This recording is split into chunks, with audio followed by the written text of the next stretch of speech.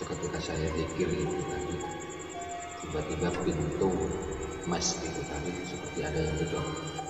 Dok, dok, dok, dok, dok, dok, dok. Saya kaget waktu melihat itu.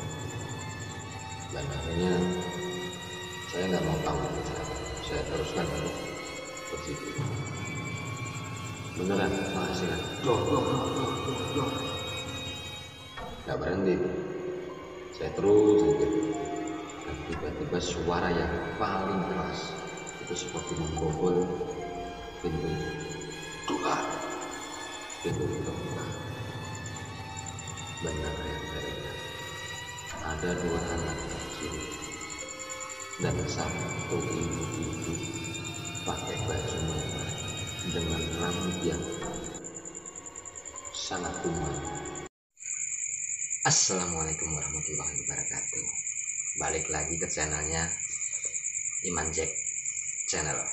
Pada kesempatan malam ini saya tidak akan membahas lagi tentang game karena udah lama saya tidak pakai game dan saya ingin membuat konten yang lain, yaitu dengan cerita horor, cerita-cerita seram yang pernah saya alami dan mungkin pernah teman-teman alami. Tapi buat teman-teman jangan lupa ya, like, subscribe, komentar, dan tombolin loncengnya biar gak ketinggalan cerita horor-horor yang lainnya nanti di channel ini. Dan terus share ke teman-temannya biar channel ini terus berkembang, dan saya setia untuk menghibur teman-teman semua. Dan di kesempatan kali ini saya akan menceritakan pengalaman saya di waktu pertama kali kerja di bangunan. Tapi jika teman-teman juga punya cerita horor yang lain, teman-teman juga boleh kok kirim emailnya ke email saya yang di sini. Nanti kita bisa ceritain kisah teman-teman semua yang mau bergabung di channel ini. Dan oke lah, tidak usah banyak omong, kita langsung saja dengarkan ceritanya. Jagat dengan lembut, awe.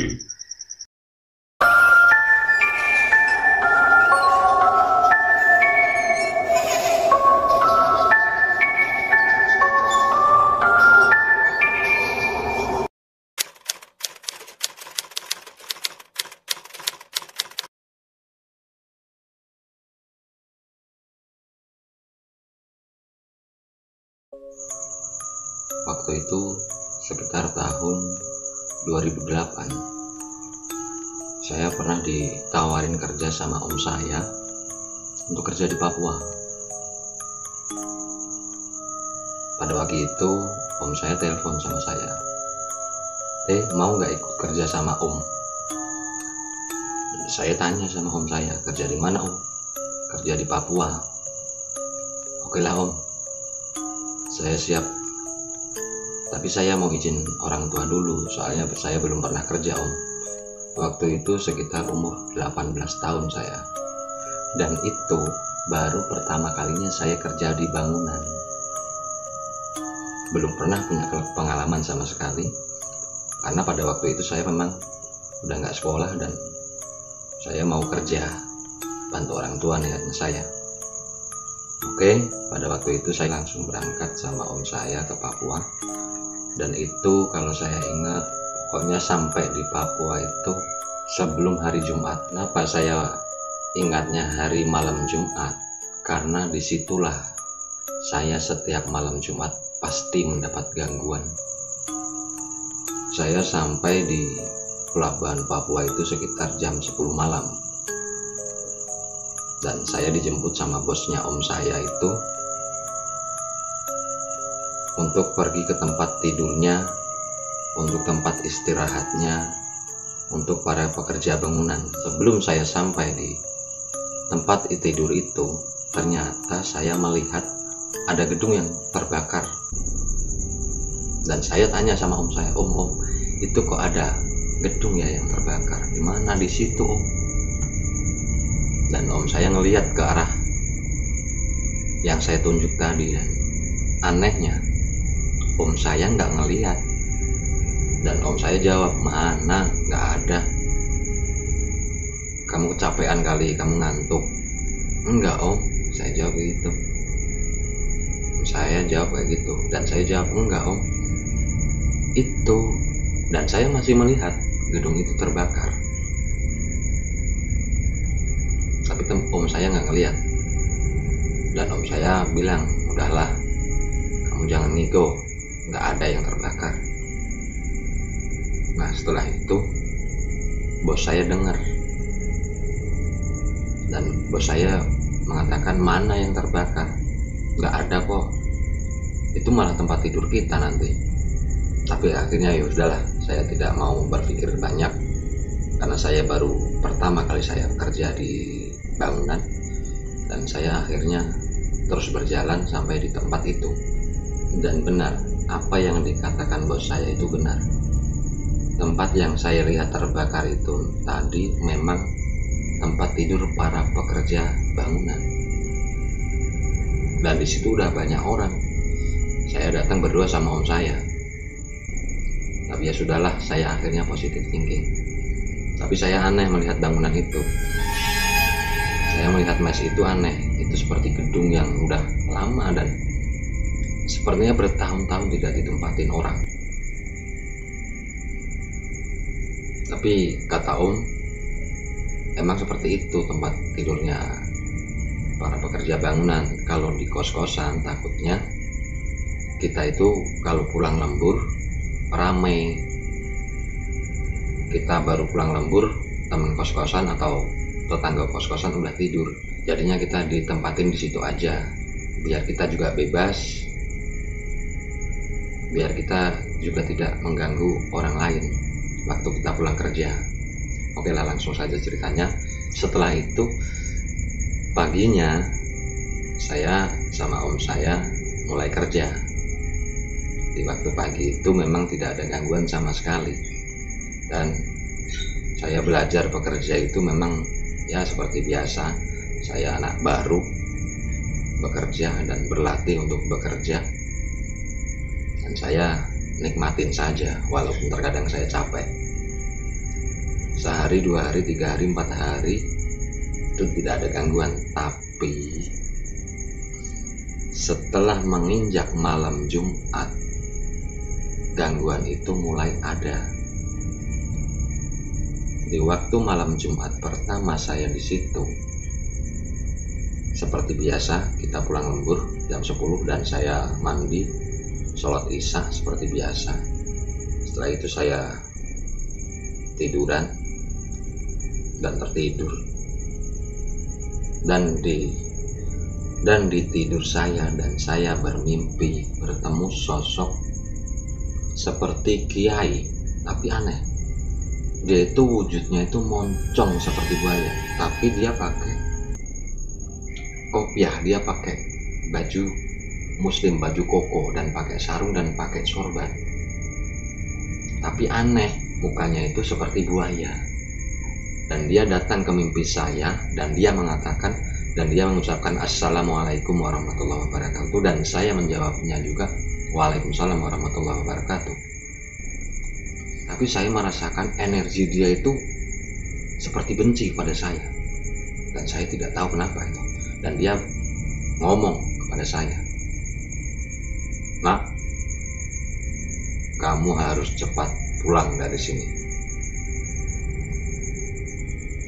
Begitu dia mengatakan. Dan saya pun menjawab, "Maaf Bapak, kenapa saya disuruh pulang? Saya kan kerja baru beberapa hari di sini." "Sudah, kamu tidak usah banyak tanya," gitu dia jawab. Dan saya jawab lagi, "Loh Pak, Bapak menyuruh saya pulang kan pasti ada sebabnya. Apakah saya punya salah di tempat ini?" Dan Bapak itu menjawab lagi, "Udah, gak usah banyak tanya, yang penting kamu saya suruh pulang." Saya bingung. Seketika itu saya bingung. saya harus ngapain? Toh jarak saya dari Papua sampai ke Gerobokan, Jawa Tengah itu sangat jauh. Tapi kenapa saya baru kerja di situ, saya disuruh pulang? Dan saya menjawabnya lagi dengan sopan, maaf ya Pak, bukannya gimana, saya juga ingin bekerja membantu orang tua saya. Jadi tolong izinin saya kerja di sini. Dan dia pun malah membalas bahasa saya atau dia membalas percakapan saya itu dengan kata kasar. Kamu berani sama saya, gitu dia. Dan sontak saya pun marah dan saya pun emosi. Karena apa? Saya itu tidak pernah membuat salah di situ dan saya sopan di situ, tapi kenapa saya diusir? Dan saya pun menjawab, maaf Pak, kalau saya lancang, tapi saya tidak takut kepada Bapak karena tujuan saya benar, saya bekerja. Dan saya anehnya, dia malah ketawa. Ya sudah, kalau kamu berani sama saya, buktikan kalau kamu berani sama saya, gitu dia. Dan sontak saya pun akhirnya melawan dia. Dan saya akhirnya mulai mau memukul dia dan mempersiapkan pukulan-pukulan tajam saya waktu itu. Dan anehnya lagi, setiap saya memukul dengan kalimat la ilaha illallah, dia itu tidak kena dan dia menghilang. Tiba-tiba dia di belakang saya dan memukul saya pakai sorbannya. Terus seperti itu dan terus seperti itu. Dan akhirnya saya kelelahan.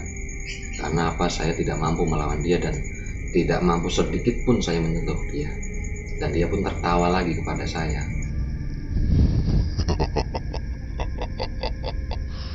Buktikan kalau kamu memang bisa dan mampu berada di sini. Udah, pada waktu itu ternyata saya tiba-tiba bangun dari tidur saya sekitar jam 3:30 pagi. Dan saya nggak bisa lupa dengan mimpi itu. Akhirnya saya ngobrol sama om saya. Om, kenapa saya diusir dari tempat ini? Loh, siapa yang ngusir? Tanya om saya. Penghuni di sini om. Ah, kamu ada-ada aja, itu jawabnya om. Iya om, bener. Kok bisa? Ya nggak tahu om. Saya katanya harus pulang. Dan om saya menjawab, udah nggak usah dipikirkan. Kamu di sini baru belum ada seminggu kok mau pulang. Kita itu dikasih transport sama bos, nggak enak lah belum seminggu udah pulang dari sini. Bertahan aja 3 bulan. Nanti kita nggak apa-apa kalau mau pulang. Itu jawab om saya. Dan akhirnya saya mengikuti kata-kata om saya dan saya terus bekerja di situ. Dan anehnya setiap malam Jumat pasti dia hadir di mimpi saya dan menyuruh saya untuk pulang. Berjalan waktu 2 bulan, gangguan itu terus ada. Dan itu hadir pasti setiap malam Jumat. Dan setelah saya mendapatkan waktu 2 bulan itu tadi dan saya sudah mendapat gajian, saya ngomong lagi sama om saya, om, kalau transport dari Papua ke Jawa Tengah itu sekitar berapa om? Dan om saya jawab, mahal, nggak usah, tunggu aja 1 bulan lagi, kan kita dapat transport pulang lagi. Itu kata om saya dan akhirnya saya turutin kata om saya. Tapi setiap malam Jumat pasti gangguan itu hadir dan pasti kakek-kakek itu mengusir saya. Dan saya bingung mau bertahan tapi penuh dengan gangguan, mau tidak saya lanjutkan tapi transportnya mahal.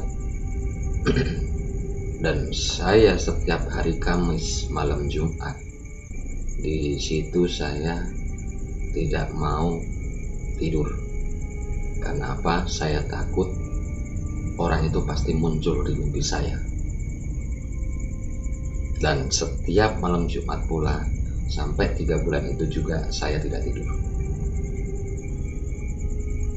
Dan setelah sampai 3 bulan, kita mendapatkan transport dari bos untuk pulang. Dan saya mengajak om saya untuk pulang. Om, yuk pulang. Dan om saya jawabnya, enggak, om nggak pulang, nanti tunggu kalau ada teman pulang barengan ya. Dan saya tanya sama om saya, emang ada yang mau pulang om? Nggak tahu, ntar tunggulah ya, ntar tak kasih tahu kalau ada yang mau pulang. Dan saya tunggu sambil kerja, ternyata tidak ada yang pulang. Dan saya ngomong lagi sama om saya, kok nggak ada yang pulang om? Dan om saya jawab, iya nggak ada yang pulang. Emang kamu berani pulang sendiri? Dan saya jawab, nggak berani om. Ya udah, ini aja uang transportnya kamu simpen, dikirim ke orang tua. Kita bertahan lagi 3 bulan, biasanya 6 bulan. Bisa ada yang biasanya bertahan 6 bulan, biasanya udah ada yang pulang. Saya turutin kata om saya. Dan lebih aneh lagi itu, seketika saya menginjak 3 bulan dan di malam Jumat itu saya terasa seperti ngantuknya tak tertahan. Akhirnya saya tidur lagi. Dan saya pun didatengin bener sama sosok itu tadi. Dan dia mengatakan, Kenapa kamu tidak mau pulang? Kamu harus secepatnya pulang dari sini karena saya tidak suka sama kamu. Pulang sana. Dan tiba-tiba saya bangun tidur lagi. Setiap malam Jumat dan setiap saya bermimpi itu pasti saya nggak bisa tidur. Akhirnya saya bingung mau pulang gimana, nggak berani, nggak ada teman. Dan akhirnya saya bertahan di situ. Dan di waktu itu sekitar jam 8 malam itu saya waktu masih kerja, tiba-tiba di depan saya itu ada sosok perempuan. Dan tiba-tiba saya melihat ada kain putih di depan saya. Dan pas saya lihat sampai ke atas itu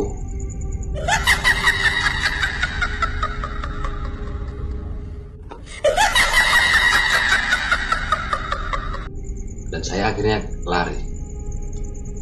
lari mencari om saya. Dan saya mengatakan, om, yuk jangan lembur. Om saya menjawab, kenapa? Kan ini udah jam 8, 2 jam lagi kita udah dapat hitungan 2 hari. Om saya melihat kuntilanak. Dan om saya ketawa. Dan pokoknya om saya itu seperti tak percaya sama omongan saya. Ayolah om, kita pulang, kita gak usah lembur. Udah, kalau kamu gak berani deket om sini kerjanya. Dan saya pun akhirnya nurut sama om saya. Saya kerjanya dekatnya om saya. Dan setelah itu sampai jam 10 malam itu udah saya nggak melihat lagi itu. Tapi setelah saya tidur itu nggak malam Jumat itu. Setelah saya tidur, saya bermimpi bertemu sosok wanita. Dan wanita itu senyum manis sekali pada saya. Dan akhirnya wanita itu dekat sama saya dan dia mengatakan, Mas, kamu tinggal di sini ya, ikut sama saya. Dengan ditawarin wanita cantik seperti itu, saya berpikir mau tidak dan mau tidak gitu. Tapi setelah saya berpikir dan saya sadar di mimpi itu, oh iya ini kan di Papua, gak mungkin saya bertempat tinggal di sini, toh tujuan saya kerja. Dan akhirnya saya menjawab, maaf Mbak, kenapa saya disuruh tinggal di sini? Kan saya bukan orang sini. Dan Mbak itu menjawab, iya Mas, gak apa-apa. Aku suka kok sama kamu. Kamu tinggal di sini ya. Dan saya menjawab lagi, maaf Mbak, saya nggak bisa. Saya harus pulang karena tempat saya bukan di sini. Dan akhirnya dia itu menjauhi saya. Dia membelakangi saya dan saya merasa kasihan pada Mbak itu. Apakah saya salah mengatakan dengan cara seperti itu? Dan akhirnya saya mengejar dia dan saya tepuk pundaknya, Mbak, maaf ya kalau saya salah omong, karena saya memang nggak bisa bertempat tinggal di sini. Dan dia menoleh kepada saya, dan anehnya mukanya yang tadinya cantik sekali berubah hancur, dan dia ketawa seperti ya makhluk seperti itulah. Akhirnya saya dibangunin om saya, katanya saya ngigau, katanya saya menjerit-jerit gitu ya. Cerita lagi sama om saya, kamu mimpi apa? Saya mimpi didatangin wanita om, dia cantik, tapi setelah saya diajak bertempat tinggal di sini dan saya tidak mau, dia itu berubah wujud om, jadi menyeramkan. Udah, kamu baca doa. Dan akhirnya saya berusaha untuk tidur lagi dan saya membaca doa, dan alhamdulillah saya bisa tidur lagi sampai pagi, tapi dengan keadaan yang sangat lemes sekali dan nggak tahu kenapa. Tapi saya tetap bekerja dan seperti sudah malas di situ, dan saya sudah mau pulang. Kalau orang Jawa mengatakan wes dak kerasan. Setelah itu saya bekerja sampai sore, waktu maghrib. Saya sholat maghrib seperti biasa, dan kita makan sebelum lembur. Dan seketika saya makan sama om saya melihat ada dua anak kecil, yaitu baru bercanda di gedung yang kita bangun itu. Saya melihat dua sosok anak kecil yang baru main-main di situ dan ketawa-ketawa seperti lagi asik bermain. Saya penasaran itu, kok di gedung yang masih dibangun seperti ini ada anak kecil yang main-main. Takutnya nanti celaka karena di sini kan bukan tempat main-main. Dan waktu sudah gelap itu saya penasaran dan saya mau melihat anak siapa, dan niatnya saya suruh pulang karena di situ bukan tempatnya bermain anak-anak. Dan saya naik ke lantai 2 karena saya mendengarnya di lantai 2, dan saya melihat benar itu anak kecil dan dia sedang asik bermain, tapi gelap. Aneh, itu gelap tapi sepertinya anak kecil itu asik sekali bermain di situ. Tapi karena saya tidak ada berpikir sampai di situ karena takutnya kasihan itu anak-anak orang, akhirnya saya deketin dan saya mau bilangin. Dan seketika saya sentuh si anak, dek, jangan main di situ ya. Anak kecil yang satu itu menoleh pada saya dan saya kaget. Anak itu matanya cuma satu di sini, dan sini itu giginya seperti gergaji. Dan akhirnya saya sontak lari di situ.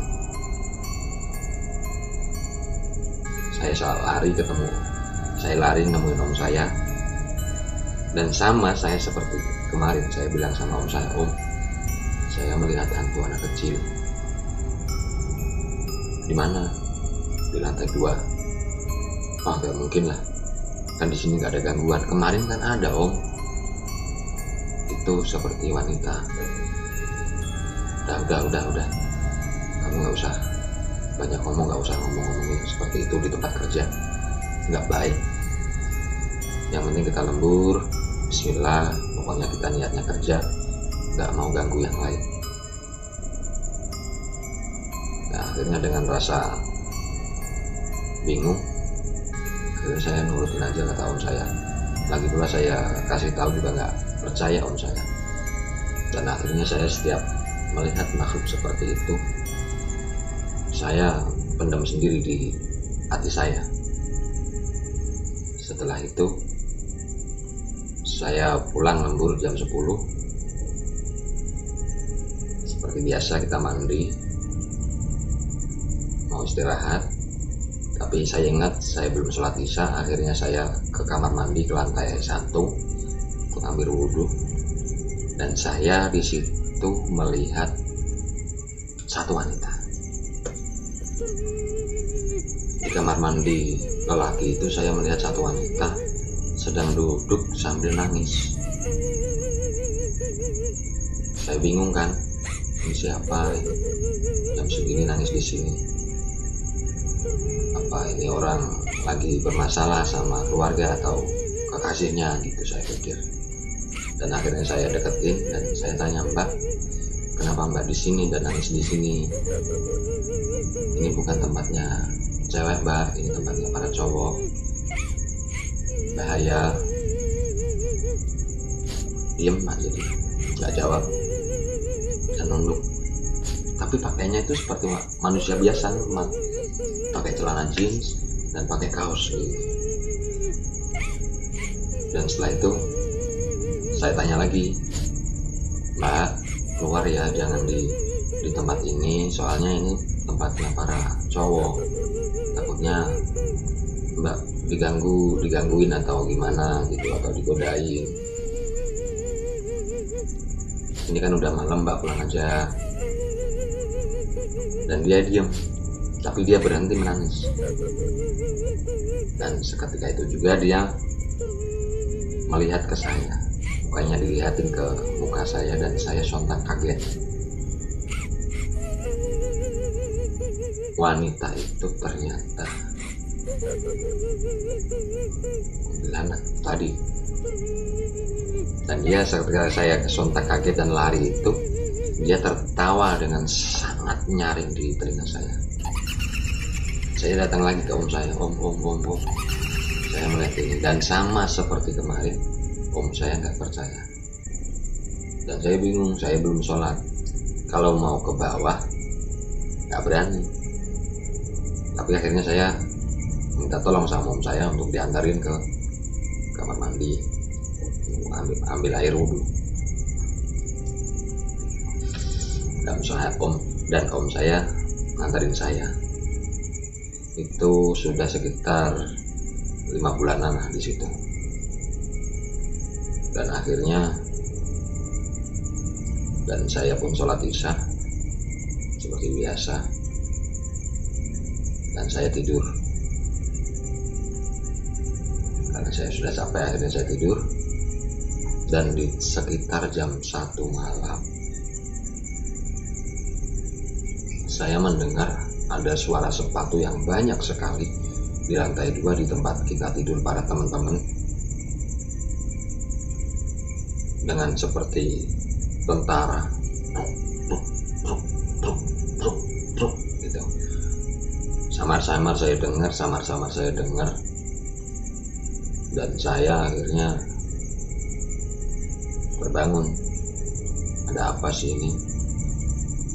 Saya kucek mata saya,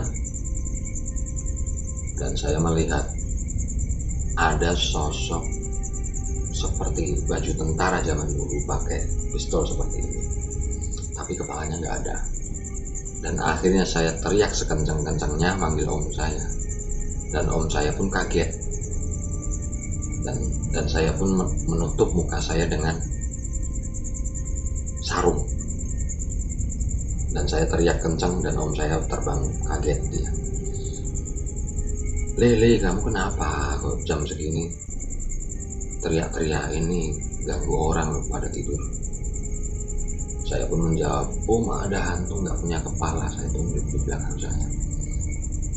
Mana nggak ada. Dia jawab seperti itu, dan saya lihat lagi, nggak ada, benar. Itu jam 1. Itu itu di situ saya sudah menginjak sampai 5 bulan lebih lah. Dan akhirnya saya pun minta tolong sama om lagi untuk mengambil air wudhu biar saya tidur lagi nggak digangguin. Dan setelah mengambil air wudhu itu tadi, saya berusaha untuk sholat malam, meminta perlindungan dari Allah agar saya tidak ada gangguan lagi di sini. Setelah saya berdoa, mata saya sudah mulai ngantuk lagi, dan saya berusaha memejamkan mata dengan kalimat-kalimat Allah yang berada di hati saya. Akhirnya saya bisa tidur lagi. Dan sampai pagi harinya saya bangun seperti biasa, saya berangkat kerja, tapi di pikiran saya itu cuman saya udah nggak mau bertempat tinggal di sini. Saya sudah capek diganggu. Dan sampai om saya bilang, kok kamu di sini kurus ya? Padahal kamu makan juga banyak, kerja juga nggak terlalu berat, kok kamu kurus? Kamu kenapa? Itu om saya tanya seperti itu, dan saya jawab, om dari kemarin saya kasih tahu nggak percaya, dan akhirnya saya nggak bisa ngomong om. Ya kalau waktu itu saya menjerit, ya itulah saya teriak karena saya sudah nggak kuat, banyak gangguan di situ om. Dan om saya menjawab, ini kamu punya teman nggak yang bisa? Saya ditanya sama om saya, bisa apa om? Bisa membantu kamu memberi amalan biar tidak diganggu sama makhluk seperti itu. Dan saya ingat waktu itu ada satu teman pesantren yang bisa saya tanya, oh iya om, ada satu kayaknya teman saya yang dari pesantren, coba deh saya nanti kabarin, dan coba deh nanti saya tanya, siapa tahu saya dikasih amalan biar saya tidak diganggu sama makhluk seperti itu. Oh ya udah, kamu telepon aja dulu, gitu saya menjawab. Udah om, pokoknya kamu bertahan ya, jangan lemah, pokoknya kamu jangan kalah ya om. Tapi emang om nggak pernah diganggu? Dan om saya menjawab, enggak om, sepertinya biasa aja di sini, tapi memang kadang om itu merasa merinding, tapi nggak ada gangguan sama sekali di sini, gitu om saya menjawab saya. Dan akhirnya saya telepon teman saya untuk memberi amalan agar saya aman dari gangguan-gangguan gaib. Dan teman saya menyarankan, jangan dulu, lebih baik kamu coba lihat-lihat dulu di sekitar kamu itu makhluk apa aja. Nanti saya kasih amalannya. Nanti kalau sudah ketahuan makhluknya apa, kamu telepon lagi ke saya. Udahlah, akhirnya saya dikasih amalan sama teman saya itu, katanya untuk melihat sekitar apa aja makhluknya di situ. Ya akhirnya saya bingung. Ketika saya sudah dikasih amalan, mau mengamalkan, saya bingung. Nanti kalau wajahnya serem gimana? Pastinya saya akan teriak-teriak lagi dong. Dan akhirnya saya telepon lagi teman saya. Saya nggak berani, dan dia mengatakan, kamu harus berani, karena satu, kamu itu lebih mulia dari makhluk-makhluk yang lain. Dengan dia mengatakan seperti itu, dada saya itu seperti bergetar. Dan akhirnya saya berani. Di waktu itu juga pas waktu malam Jumat, saya akhirnya membaca amalan di situ. Saya disuruh puasa dan saya disuruh membaca amalan. Dan akhirnya saya libur bekerja 2 hari. Akhirnya saya lakukan itu. Dan benar, setelah malam jam 12 malam, saya disuruh sholat tahajud dengan mengamalkan bacaan-bacaan. Dan akhirnya beneran makhluk itu muncul. Seketika teman-teman saya sudah tidur semua, saya sholat seperti biasa. Saya berzikir amalan yang dikasihkan teman saya. Seketika saya zikir itu tadi, tiba-tiba pintu mes itu tadi seperti ada yang gedor. Dor. Saya kaget waktu melihat itu. Dan akhirnya saya nggak mau tahu itu siapa. Saya teruskan untuk berpikir. Beneran masih lagi dor. Nggak berhenti itu. Saya terus pikir. Dan tiba-tiba suara yang paling keras itu seperti membobol pintu itu. Duar. Pintu itu terbuka. Benar yang saya lihat.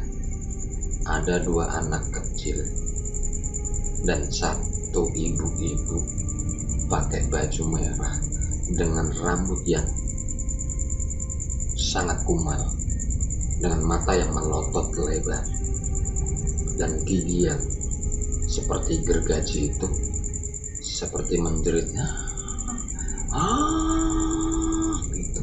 Dan anak kecil 2 tadi itu matanya nggak jadi di sini, tapi di sini 2 matanya merah. Dan sontak akhirnya saya pun ketakutan. Padahal tadi waktu dikasih tahu teman saya seperti rasa takut itu hilang. Tapi seketika saya melihat makhluk itu tadi, saya langsung ketakutan. Dan saya akhirnya sarung atau sajadah juga yang saya pakai, langsung saya tutup buat menutup muka saya. Dan saya akhirnya tidur dengan mendekap om saya. Dan om saya kaget, kamu kenapa? Ya om, pokoknya saya temani ya om, pokoknya saya jangan dilepas. Ya semuanya tidur gitu akhirnya. Dan walaupun telinga saya, kuping saya tutup, itu suara orang ketawa dan anak kecil itu semakin keras di telinga saya. Dan akhirnya saya membaca apa yang saya bisa, seperti Al-Fatihah, ayat kursi saya baca. Dan setelah saya lama membaca itu, akhirnya saya merasakan suara itu tiba-tiba menjauh dan hilang. Dan saya akhirnya tertidur karena mungkin saya kecapean. Dan akhirnya saya telepon lagi sama teman saya, dan dia mengatakan, oh makhluk seperti itu gampang, kamu kan bisa baca ayat kursi, terus di hati kamu baca ayat kursi, biar makhluk itu nggak berani mendekat sama kamu. Dan akhirnya setiap saya kemana saja, setiap saya kerja, setiap malam sebelum saya tidur, saya selalu membaca ayat kursi. Dan alhamdulillah sampai di waktu 6 bulan tidak ada gangguan sama sekali. Dan mimpi ketemu sosok orang tua itu sudah mulai nggak ada. Dan saya setiap tidur malam Jumat pun saya tenang. Dan di situ saya sudah merasakan ketenangan, dan saya sudah merasakan tenang untuk bekerja. Akhirnya saya di waktu 6 bulan itu saya memutuskan untuk tidak pulang. Karena kata om saya, 2 bulan lagi kita lebaran, mending sekalian. Dan akhirnya saya teruskan lagi 1 bulan tidak ada gangguan. Tapi menginjak mau bulan puasa, sosok kakek itu tadi datang lagi. Dan dia mengatakan, belum berhenti, kamu jangan senang dulu, itu katanya. Dan saya bangun lagi, saya ngomong sama om saya, om begitu ada lagi. Lah kamu dikasih amalan sama teman kamu, kasih amalan apa? Disuruh setiap saya kemana aja baca ayat kursi, disuruh setiap kemana aja lagi ngapain aja disuruh baca ayat kursi di hati. Ya udah itu amalin aja, itu kata om saya. Udah akhirnya saya amalin terus. Dan anehnya sosok kakek itu sekarang tidak peduli itu malam Jumat atau tidak, itu saya baca ayat kursi atau tidak, dia seperti tidak menghiraukan. Dan setiap malam dia pasti datang dan mengatakan, belum selesai, dan belum selesai. Itu yang dikatakan. Saya bingung. Dan akhirnya saya telepon lagi sama teman saya cerita bahwa saya didatangin sosok kiai, tapi wujudnya aneh seperti siluman, dengan wujud seperti mulut buaya. Tapi dia pakai sorban, dan teman saya pun tanya, seketika dia hadir di dalam mimpi kamu, baca salam nggak dia? Iya, baca salam. Ya udah, itu pasti ada maksud tersendiri. Berarti dia itu jin baik. Lo jin baik gimana? Saya tanya kayak gitu. Karena dia itu muslim sebenarnya, tapi belum mencapai maksimal, gitu katanya.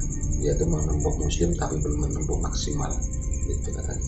Nah, tapi kenapa saya disuruh pulang? Udah, setiap kamu bermimpi ketemu dia, kamu tanya, kenapa kamu terus disuruh pulang?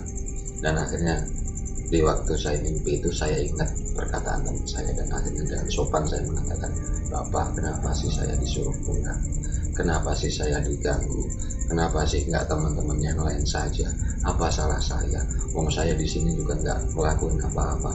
Wong saya di sini juga ibadah dengan baik. Wong saya di sini juga nggak mengotori tempat Bapak. Dan Bapak itu dengan senyuman melihat ke saya sambil senyum.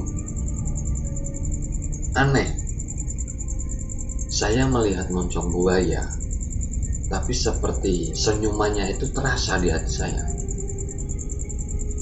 Seperti dia itu walaupun mulutnya seperti buaya, tapi seketika dia senyum itu saya seperti tahu. Dan dia itu senyum kepada saya. Nah, kamu hampir lulus. Dan saya pun bingung. Loh, lulus apa? Apa maksud Bapak itu? Dan saya tanya lagi ke Bapak itu, lulus apa Pak? Udah, kamu tungguin aja, gitu jawabnya. Dan akhirnya saya bangun seperti biasa. Tapi setelah bangun itu saya seperti nggak ada rasa takut, nggak ada rasa terancam. Dan akhirnya sampailah waktu bulan puasa, dan udah waktunya pulang kampung bersama om saya dan teman-teman saya. Dan di waktu itu juga, di malam itu juga, sosok kiai itu datang lagi ke mimpi saya. Dia mengatakan, Nah, Bapak senang kamu udah lulus. Sekarang udah waktunya kamu pulang. Maaf Bapak dari kemarin mengganggu kamu. Kenapa Bapak selalu mengganggu kamu? Karena kamu memang harus seperti itu kan. Kelak nanti kamu akan tahu sendiri apa fungsinya dan apa kegunaannya. Sudah, kamu waktunya pulang. Tapi Bapak boleh gak meminta satu permintaan? Dan saya menjawab, permintaan apa Pak? Boleh gak Bapak ikut dengan kamu? Saya kaget, kenapa mau ikut dengan saya? Dia kan asli makhluk sini, kenapa ikut dengan saya? Dan akhirnya saya jawab, loh, kenapa Bapak mau ikut ke saya? Kenapa Bapak mau ikut sama saya? Enggak, ya kalau boleh Bapak ingin ikut, ada sesuatu yang ingin Bapak katakan nanti dan nantinya. Dan saya menjawab, maaf Pak, nggak bisa, saya nggak mau diikutin sama Bapak. Udah cukup di sini dan udah segini saja. Dan dia senyum, ya udah kamu nggak boleh. Ya udah waktunya kamu pulang. Baru sekarang, Assalamualaikum, dan saya mengucapkan juga Waalaikumsalam warahmatullahi wabarakatuh. Dan saya bangun. Dan alhamdulillah saya besok pulang ke kampung dengan om saya dan dengan teman-teman kerjaan saya. Dan alhamdulillah saya pulang di waktu itu Lebaran, kurang 3 hari baru nyampe rumah, baru nyampe kampung. Dan alhamdulillah dengan selamat. Dan pesan saya buat teman-teman yang masih bekerja di bangunan, teruslah berhati-hati. Mungkin teman-teman semua paham dengan kerjaannya, tapi teman-teman juga harus waspada. Ada banyak makhluk yang mengintai dan ada banyak makhluk yang mengawasi Anda. Jadi teman-teman terus banyak berdoa waktu teman-teman bekerja, karena banyak makhluk yang kadang tidak terlihat oleh kasat mata sedang mengawasi Anda seketika Anda bekerja. Dan nantikan cerita-cerita horor saya yang lain di channel ini. Dan jangan lupa like, komen, dan subscribe. Dan jangan lupa hidupin tombol loncengnya ya, biar gak ketinggalan cerita horor yang lain. Dan apabila ada teman-teman yang punya cerita horor juga mau diceritain, kirim aja ke email ini.